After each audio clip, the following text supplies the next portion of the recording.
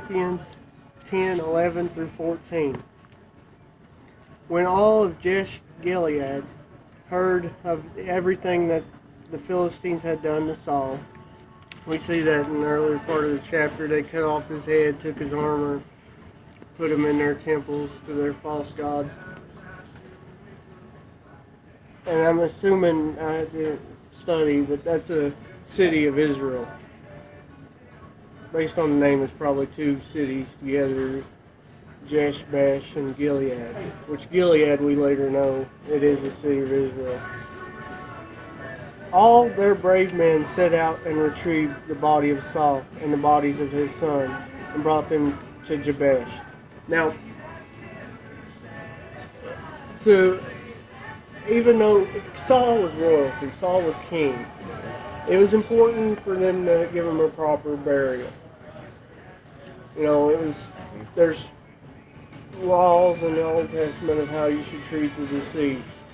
One of the Pharisees gave up his tomb for Jesus so he'd be properly buried rather than just leave him. There was a respect for the Jewish people of the dead. Also, for them to keep Saul's body was kind of a trophy for them. They put it in their temple as a trophy for the defeat. And for Israel to just leave it that way would have been like, okay, we're accepting this defeat. For them to go back and take the body meant that our king may be dead, but the battle ain't over. Yeah. They buried their bones under the oak of Jabesh and fasted 7 days.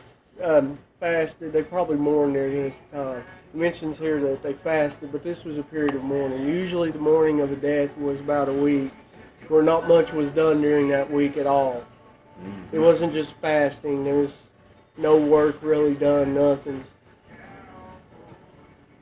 Saul died for his unfaithfulness to the Lord because he did not keep the Lord's word. He even consulted a medium for guidance.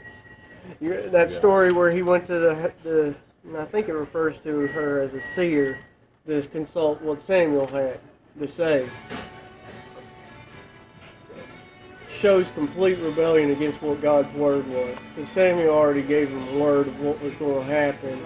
There would have been another prophet to replace Samuel if Saul would have just looked for one. But Saul wasn't listening to God's word, so it didn't matter how many prophets of God there was. Saul wasn't going to listen to it. So there was no point for God to send Saul, the prophet, because he wasn't listening to the words he already been given. So Saul seeks out worldly advice.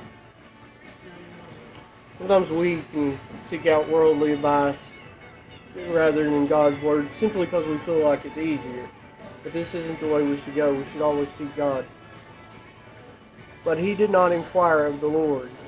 So the Lord put him to death and turned the kingdom over to David, son of Jesse. Now it's interesting how this turn of events happened. David's anointed as king before Samuel even dies. Yet things work out. David has to end up waiting, I believe, about 40 years to become king. But at this point, because David had the chances where he could have killed Saul. But God made it about to where David could have the kingdom. And it shows that we need to trust in the Lord, consult Him, and the opportunities He wants us to have and expects us to have, He's going to bring and open the doors for us. We just got to walk through them, trusting in Him.